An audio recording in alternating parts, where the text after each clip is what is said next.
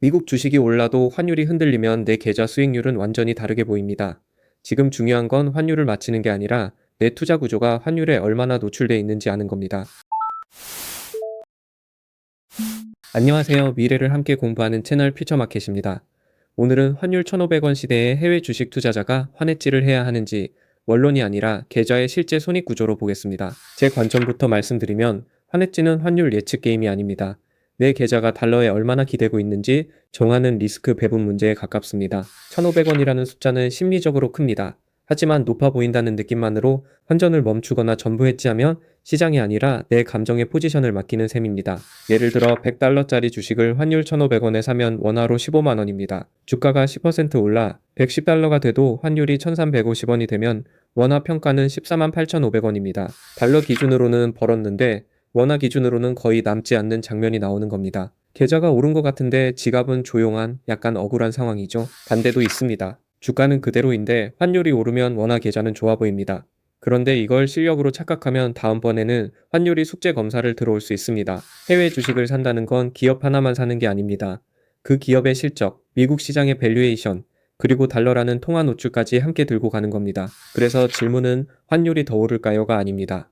내 자산에서 달러가 너무 많은지 아니면 원화만 들고 있는 게 더 위험한지를 먼저 물어야 합니다. 저는 환해지를 우산에 가깝게 봅니다. 비가 올지 마치는 망원경이 아니라 비가 왔을 때 젖는 정도를 줄이는 도구입니다. 우산으로 날씨를 예측하진 않죠. 그런데 우산도 매일 펴고 다니면 불편합니다. 환해지도 비용이 있고 상승장에서는 수익을 깎아 먹을 수 있습니다. 공짜 보험처럼 보면 안 됩니다. 환율 1,500원 근처에서 가장 위험한 말은 두 가지입니다.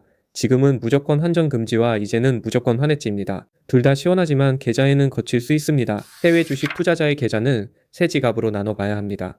원화 생활비, 달러 자산, 그리고 앞으로 달러로 쓸 돈입니다. 이 세 지갑이 섞이면 판단이 흐려집니다. 한국에서 월급을 원화로 받고 생활비도 원화로 쓰는 사람은 이미 원화에 크게 노출돼 있습니다. 이 경우 달러 자산은 일정 부분 분산 역할을 할 수 있습니다. 반대로 자산 대부분이 미국 주식이고 당장 쓸 돈도 원화라면 얘기가 달라집니다. 그때는 주가보다 환율이 계좌의 표정을 더 세게 바꿀 수 있습니다. 요즘 디램 달러 같은 표현이 나오는 이유도 여기 있습니다. 한국 기업이 달러를 벌어도 그 달러가 곧바로 원화 수요로 바뀌지 않을 수 있다는 문제의식입니다. 과거에는 수출이 늘면 달러가 들어오고 그 달러가 원화로 환전되며 원화 강세를 만들기 쉬웠습니다. 그런데 지금은 그 연결고리가 예전만큼 단순하지 않습니다. 수출 기업이 벌게 된 달러를 해외에 보유하거나 해외 투자에 다시 쓰면 수출 호황이 곧바로 원화 매수로 이어지지 않습니다. 돈은 벌었는데 국내 환전소에는 줄이 짧은 겁니다.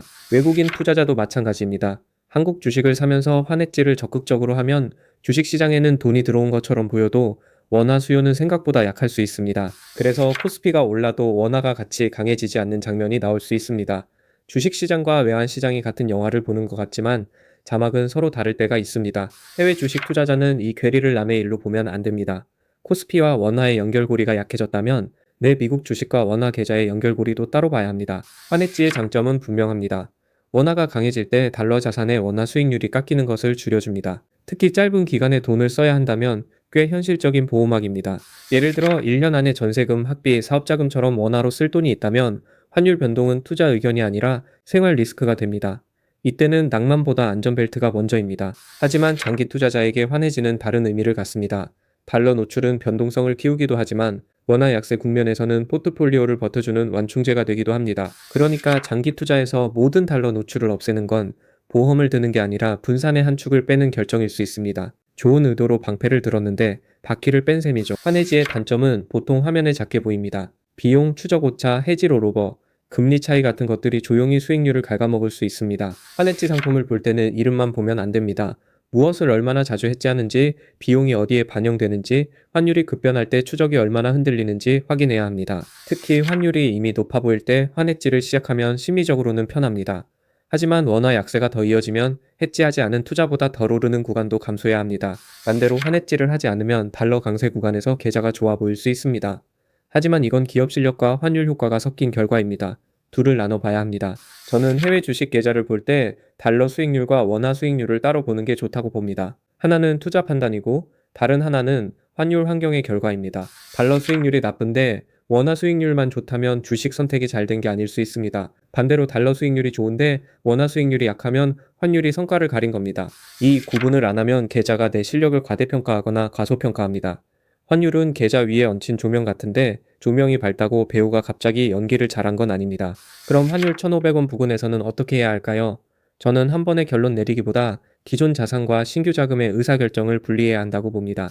이미 달러 자산을 많이 들고 있다면 지금 새로 환전할 돈까지 같은 속도로 넣을 필요는 없습니다. 달러 노출이 커진 계좌에는 추가 환전이 또 다른 베팅이 됩니다. 반대로 아직 해외 자산이 거의 없다면 환율이 높다는 이유만으로 영원히 기다리는 것도 문제입니다. 기다리는 동안 시장은 환율 허락을 받고 움직이지 않습니다. 그래서 신규 자금은 나눠서 접근하는 방식이 현실적입니다. 환율을 맞추려 하기보다 진입 환율을 여러 번으로 나누면 한 번의 판단 실수를 줄일 수 있습니다. 환해지도 마찬가지입니다. 제로 아니면 100%로 갈 필요가 없습니다. 일부는 환노출을 남기고 일부는 해지해서 계좌의 충격을 낮추는 방식도 가능합니다. 예를 들어 단기 사용 목적의 돈은 더 보수적으로, 장기 성장 목적의 돈은 달러 노출을 더 허용하는 식입니다. 같은 미국 주식이라도 돈의 목적이 다르면 환해지 답도 달라집니다. 첫 번째 체크는 투자 기간입니다.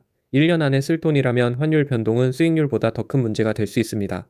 반대로 10년짜리 돈이라면 해석이 달라집니다. 두 번째 체크는 앞으로 달러로 쓸 일이 있는지입니다.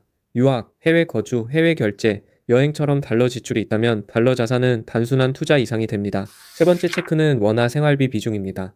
생활비와 부채가 원화라면 너무 큰 달러 자산은 계좌를 세계화해주지만 동시에 생활 리스크를 키울 수 있습니다. 네 번째 체크는 전체 자산에서 미국 주식이 차지하는 비중입니다. 미국 주식이 커질수록 주식 리스크와 달러 리스크가 한 계좌에 같이 쌓입니다. 다섯 번째 체크는 내 멘탈입니다. 환율 때문에 매일 계좌를 열고 기분이 바뀐다면 수익률 문제가 아니라 지속 가능성 문제입니다. 투자도 체력이 있어야 합니다. 환해지는 이 다섯 가지를 보고 비율을 정하는 문제입니다. 환율이 높다 한 문장으로 결정하기엔 계좌 안의 사정이 사람마다 너무 다릅니다. 여기서 반대 의견도 있습니다. 달러는 장기적으로 강한 통화이고 미국 자산을 사는 이유 중 하나가 달러 분산인데 왜 굳이 해지하냐는 생각입니다. 저도 이 의견에 상당 부분 동의합니다. 원화 소득자에게 달러 자산은 꽤 중요한 분산 수단입니다. 다만 분산도 과하면 한쪽으로 쏠림 포지션이 됩니다. 반대로 환율이 너무 높으니 전부 해지하자는 생각도 있습니다. 이 주장도 이해는 됩니다. 하지만 환율이 높다는 건 결과이지 곧 내려간다는 보증서는 아닙니다. 시장에서는 비싸 보이는 것이 더 비싸지는 일이 생각보다 자주 일어납니다. 환율도 예외가 아닙니다. 계좌가 겸손을 배우는 수업료는 대체로 비쌉니다. 그래서 저는 맞히는 전략보다 틀려도 버티는 구조를 선호합니다.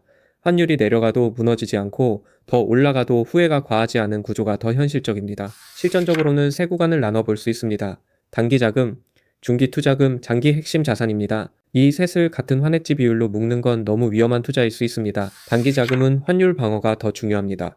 주가를 맞히는 것보다 필요한 시점에 필요한 원화가 확보되는지가 핵심입니다. 이 구간은 투자보다 현금 관리에 가깝습니다. 중기 투자금은 일부 해지를 고려할 수 있습니다. 환율이 급락할 때 충격을 줄이면서도 달러 분산 효과를 완전히 포기하지 않는 절충 구간입니다. 장기 핵심 자산은 조금 더 다릅니다. 미국 기업의 장기 성장과 달러 자산의 분산 효과를 함께 보려면 환해지를 과도하게 걸 필요는 없을 수 있습니다. 다만 장기 자산이라도 미국 주식 비중이 이미 너무 크다면 얘기가 달라집니다. 주식이 아니라 환율 때문에 잠을 못 자는 순간 그건 장기 투자라고 부르기 어렵습니다. 환해지 상품을 고를 때도 실상은 단순하지 않습니다. 이름에 환해지가 붙어도 운용 방식, 비용 반영, 괴리율, 거래량에 따라 체감 결과가 달라질 수 있습니다. 특히 국내 상장 해외 ETF를 쓴다면 환해지형과 환노출형의 성과 차이를 같은 기간으로 비교해 봐야 합니다.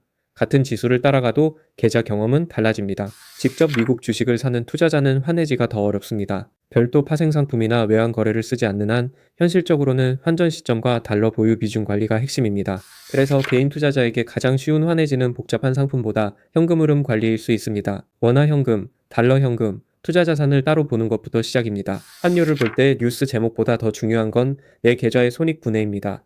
주가 때문에 오른 건지 환율 때문에 오른 건지 둘 중 무엇이 흔들리는지 알아야 합니다. 달러가 강해서 계좌가 버틴 날에는 기분이 좋을 수 있습니다. 하지만 그날 주식 자체가 약했다면 문제를 가린 담요가 잠깐 덮인 것일 수 있습니다. 반대로 원화가 강해져서 계좌가 덜 좋아 보이는 날도 있습니다. 그때 주식 자체가 괜찮다면 환율이 잠깐 화면 밝기를 낮춘 것일 수 있습니다. 이 구분이 되면 환해지 판단도 덜 감정적이 됩니다. 계좌가 흔들릴 때 망했다가 아니라 주가 문제인지 환율 문제인지 먼저 나눠볼 수 있습니다. 환율 1,500원 시대라는 표현은 강합니다. 하지만 투자자에게 더 필요한 문장은 나는 몇 퍼센트나 달러에 노출돼 있나입니다. 숫자는 바깥보다 내 계좌 안에 있습니다. 만약 달러 자산이 전체 자산의 대부분이고 원화 지출이 계속 있다면 환해지를 일부 검토할 이유가 있습니다. 이건 환율 전망이 아니라 생활 방어에 가깝습니다. 반대로 원화 자산이 대부분이고 해외 주식 비중이 아직 작다면 환해지를 서두를 필요가 적을 수 있습니다. 달러 노출 자체가 분산 역할을 하고 있기 때문입니다.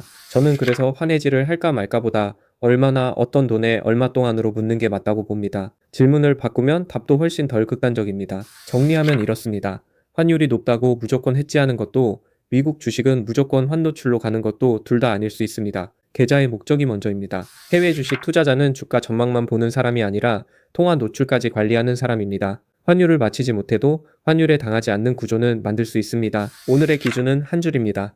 환해지는 환율 예측이 아니라 내 원화 생활과 달러 자산 사이의 충격을 조절하는 장치입니다. 투자 판단은 결국 각자의 몫입니다. 다만 환율 뉴스에 흔들리기보다 투자 기간과 지출 통화, 달러 비중을 먼저 확인하면 훨씬 덜 흔들립니다. 결국 원화와 달러 사이에서 완벽한 정답은 없습니다. 중요한 건 어느 통화로 벌고 어느 통화로 쓰고 어느 통화의 흔들림을 감당할 수 있느냐입니다. 영상이 도움이 되셨다면 좋아요와 구독으로 함께 해주세요. 다음에는 원화 약세가 한국 주식과 미국 주식의 상대 매력을 어떻게 바꾸는지 더 깊게 이어가 보겠습니다.